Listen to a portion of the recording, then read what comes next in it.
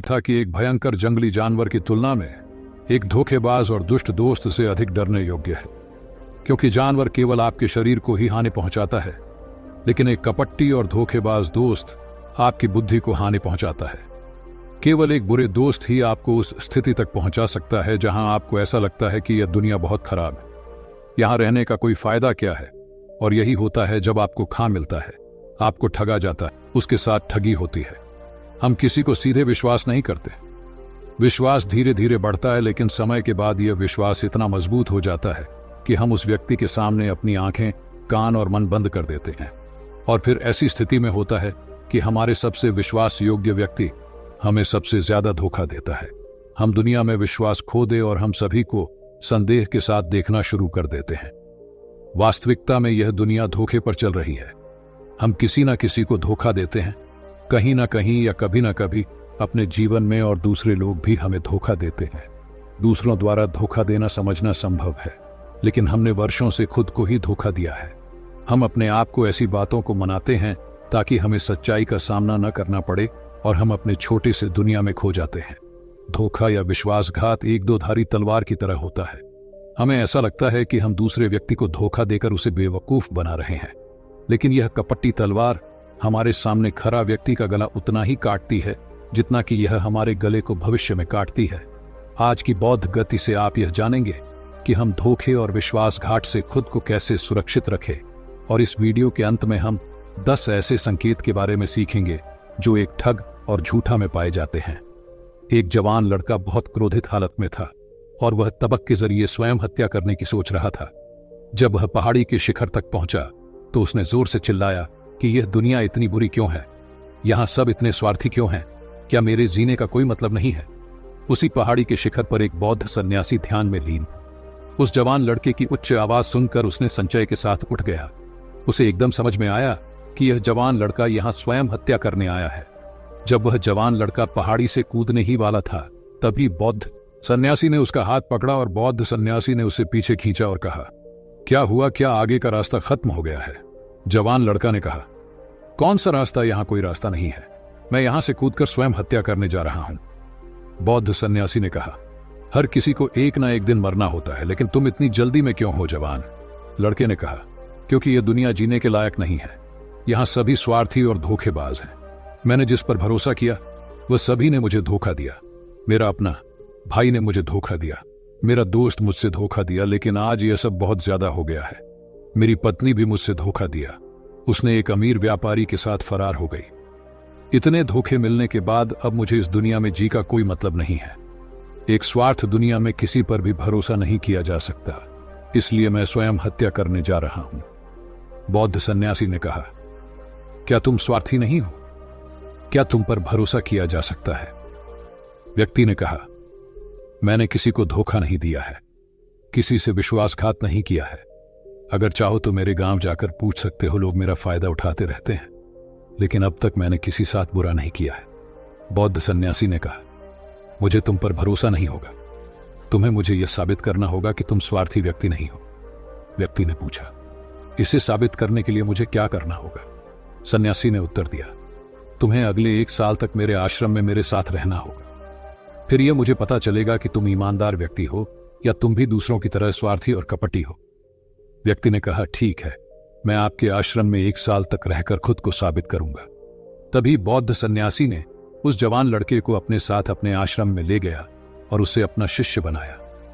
अगली सुबह बौद्ध सन्यासी ने उस नए शिष्य को अपने पास बुलाया और कहा, मुझे तुम पर अभी भी भरोसा नहीं है, लेकिन तुम जाओ और भिक्षा मांगो, तब तक मैं तुम्हारे अन्य गुरु भाइयों को सिखाऊंगा। नए शिष्य ने गुरु को नमस्कार किया और भिक्षा मांगने के लिए जाने चला गया। उसने आज तक भिक्षा नहीं मांगी थी, इसलिए उसे भिक्षा मांगने में बहुत परेशानी हो रही थी। भिक्षा के लिए उसके मुंह से शब्द नहीं निकल रहे थे। उसका अहंकार उसे रोक रहा था, उसके अंदर उसका घमंड उठ रहा था। मास्टर को गलत साबित करने के लिए उसने भिक्षा मांगी और उस भिक्षा को लेकर वह गुरु के पास लौट आया। उसके हाथ में भिक्षा देखकर गुरु ने कहा कि तुम कम से कम किसी हद तक भरोसेमंद तो हो। मैंने सोचा था कि तुम भिक्षा मांगने में सक्षम नहीं होगे, लेकिन तुमने मुझे गलत साबित किया। मेरे साथ तुम मेरे गुंबद पर चलो। गुरु ने कहा, मुझे वहां तुम्हें कुछ दिखाना है। गुरु ने उस शिष्य को छतरी में ले गया। छतरी के ऊपर एक मटका लटक रहा था। गुरु ने मटके की ओर इशारा करके कहा, क्या तुम उस मटके को देख रहे हो? इसमें जहर है, और यह जहर ऐसा भी है, अगर किसी को दिया जाए तो व्यक्ति बहुत ही आसानी से मर सकता है और कोई भी नहीं जानेगा कि वह कैसे मरा। जवान शिष्य ने कहा, लेकिन गुरुदेव, आप मुझसे यह सब क्यों बता रहे हैं? सन्यासी ने कहा, मैं तुम्हें बस चेतावनी दे रहा हूं कि कभी ताजगी से इसे ना खाना। कुछ दिनों बाद गुरु अपने शिष्यों के साथ एक जंगल से गुजर रहे थे कि अचानक कुछ जंगली लुटेरे ने उन पर हमला कर दिया। सभी शिष्य अपनी जान बचाने के लिए इधर उधर भागने लगे, लेकिन अधिक उम्र के कारण गुरु भागने में सक्षम नहीं थे। इसे उस जवान शिष्य ने महसूस किया और उसने बहादुरी दिखाई और उसे उस लुटेरों से बचाकर उसे आश्रम ले आया। आश्रम पहुंचते ही गुरु ने सभी के सामने उस शिष्य की प्रशंसा की और कहा, मेरे नए शिष्य, तुम सभी से बेहतर है, जिसने मेरी जान को जोखिमों से बचाई और मुझे यहां सुरक्षित लाया। आज के बाद मुझे उस पर विश्वास है। उस दिन के बाद हर सुबह जब भी गुरु उस शिष्य से मिलते, वह उसे एक बात कहते, मुझे तुम पर पूरा विश्वास है।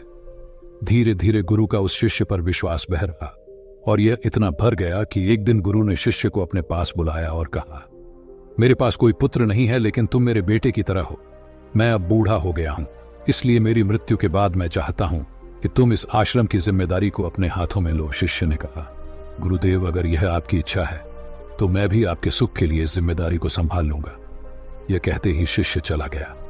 कुछ दिनों बाद गुरु बीमार पड़ गए तो उसने आश्रम के सभी शिष्य को बुलाया और घोषणा की कि युवा शिष्य उसके बाद इस आश्रम को संचालित करेगा। दिन धीरे धीरे बीतते गए और वह युवा शिष्य की मन की बेचैनी बढ़ने लगी। उसे जितनी जल्दी हो सके आश्रम को कब्जा करना था। वह हर सुबह गुरु के पास जाता, उनकी सेहत पर कोई प्रभाव पड़ रहा है या नहीं देखने के लिए। लेकिन गुरु की सेहत दिन प्रतिदिन ठीक हो रही थी। अब उसकी सहन शक्ति का बांध टूट रहा था। उसकी रातें नींदहीन हो गई। वह हमेशा सोचता रहता था मास्टर को कैसे रास्ते से हटाया जाए, और कोई भी न जाने कभी कभी उसे यह ख्याल आता था कि मास्टर को नदी में धक्के मार दूं। लेकिन अगले ही पल उसे यह अनुभव होता कि मास्टर एक अच्छा तैराक है, वह तैर कर निकल जाएंगे। कभी कभी उसे यह विचार आता था कि वह मास्टर को गले दबाकर मार देगा। सभी जानते हैं कि मैं मास्टर का विश्वास पात्र हूं, इसलिए किसी को भी मुझ पर संदेह नहीं होगा। लेकिन फिर वह सोचते हुए अपने आप से वह बात करता है कि यदि थोड़ी सी गड़बड़ी अगर हो गई तो हालात और बिगड़ सकती है। उसे कुछ ऐसा तरीका ढूंढना होगा जिससे कि मास्टर तो मरे ही और सबको यह लगे कि यह एक पक्की मौत हुई है और इसे ईश्वर ने स्वीकार किया है। एक दिन वह युवा शिष्य मास्टर के कुटिया में मास्टर के पास बैठा था। तभी उसकी नजर ऊपर लटकती हुई उस मटके पर पड़ी। उसे याद आया कि मास्टर ने कहा था कि इसमें जहर है, और वह जहर ऐसा है कि अगर किसी व्यक्ति को दिया जाए तो व्यक्ति बहुत आसानी से मर सकता है और किसी को भी पता नहीं चलेगा कि वह कैसे मरा। उसने सोचा कि इस जहर को मास्टर को देना सही होगा और कोई भी नहीं जानेगा कि वह कैसे मरा। फिर उसके पास पूरे आश्रम पर काबू पाने की संभावना भी होगी। अगले दिन उसने गुप्त रूप से मास्टर के कुटिया से वह जहर चुराया और मास्टर के भोजन में मिला दिया। मास्टर ने वह रात का खाना खाया और सो गए। लेकिन सुबह होने पर पूरा आश्रम जाग उठा, लेकिन मास्टर नहीं उठे। शिष्य गुरु की कुटिया में गए और देखा कि मास्टर मर गए हैं। जब उस युवा शिष्य को यह जानकारी मिली तो उसके अंदर बहुत खुशी हो गई और वह आश्रम का नियंत्रण संभालने का कार्य शुरू कर दिया। आश्रम में एक पुराना शिष्य भी था। वह सब कुछ खामोशी से देख रहा था। वह अपने कुटिया में गया और वहां से एक दवा लेकर आया और मास्टर को दिया। कुछ ही समय में मास्टर की चेतना वापस आई और वह ठीक से उठकर बैठ गया। ऐसा देखकर उस युवा शिष्य के पैरों तले जमीन खिसक गई। वह बहुत घबराया हुआ था। गुरु ने बाकी शिष्यों को उनके कार्यों पर भेज दिया और युवा शिष्य को अपने पास बुलाया और कहा, क्या तुम अभी भी विश्वास योग्य हो? क्या तुम मुझे धोखा नहीं दोगे? क्या तुम स्वार्थी नहीं हो? शिष्य गुरु के पांव में गिर पड़ा और कहा, मुझे नहीं पता कि मैंने इस अपराध को कैसे किया है।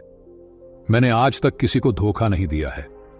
लोग मुझे धोखा दे रहे हैं, लेकिन नहीं जानता कि मैंने आज आप पर धोखा क्यों और कैसे किया। गुरु ने कहा, तुम मुझे धोखा नहीं दे सकते क्योंकि मैंने कभी तुम पर विश्वास ही नहीं किया है।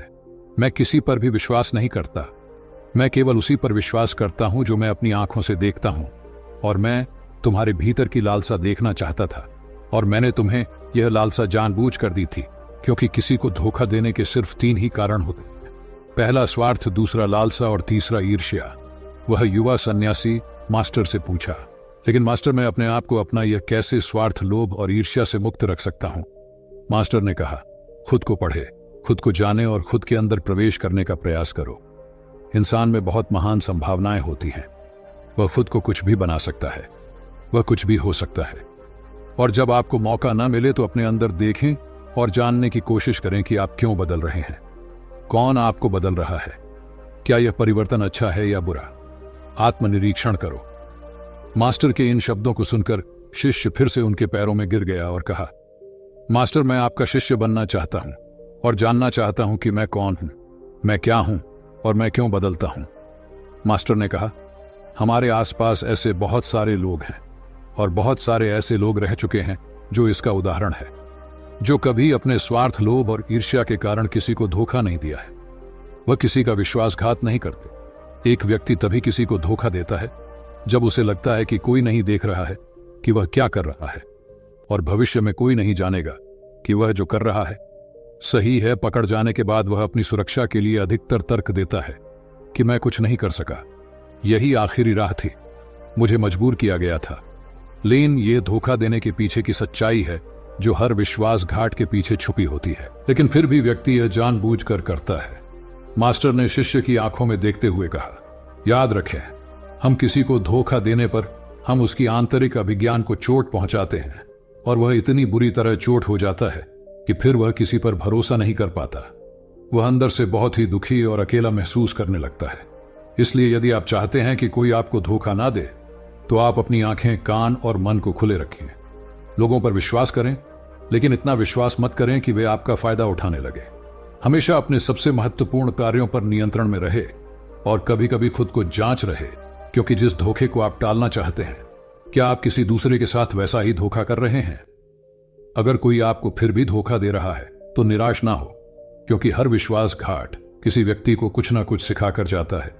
धोखा खाने के बाद एक व्यक्ति पहले के मुकाबले ज्यादा सतर्क और सावधान हो जाता है। इसलिए अपने जीवन को बिगाड़ने की आदत ना डाले, बल्कि इसे एक सबक समझे और आगे बढ़े। मास्टर ने कहा, यह है धोखेबाज व्यक्ति के 10 निशानियां। एक चालाक व्यक्ति के जो आपको धोखा दे सकते हैं, आपके चैन चुरा सकते हैं और ऐसा कि गहरी समुद्र में डूबते हुए आपकी जिंदगी खत्म कर सकता है।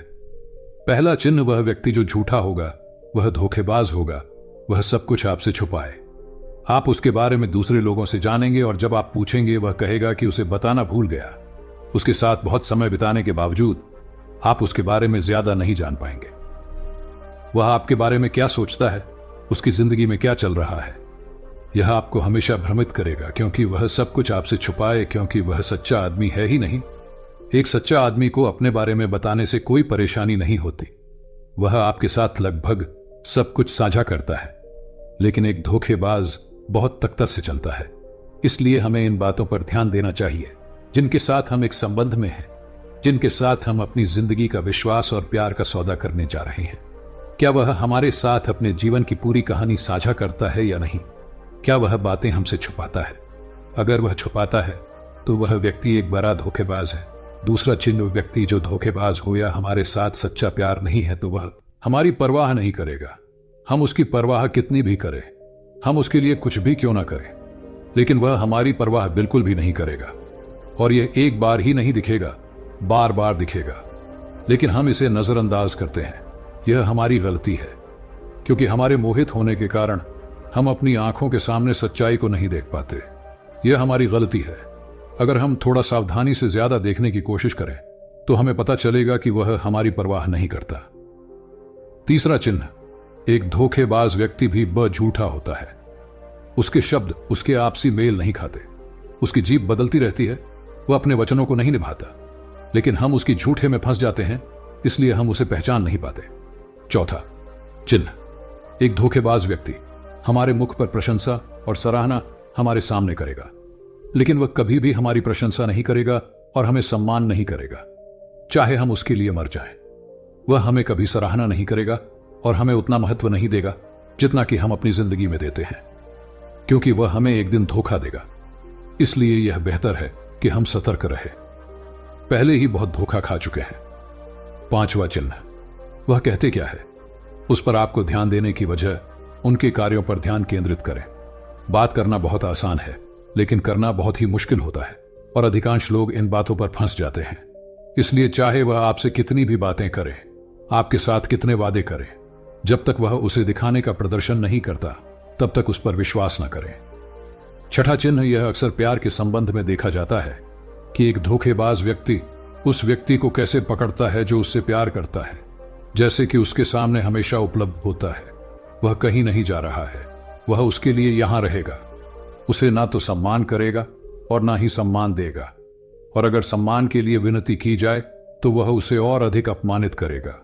यदि आपको संबंध में किसी से विनती करनी हो तो मुझसे समझो कि उसमें आपके लिए प्यार नहीं है।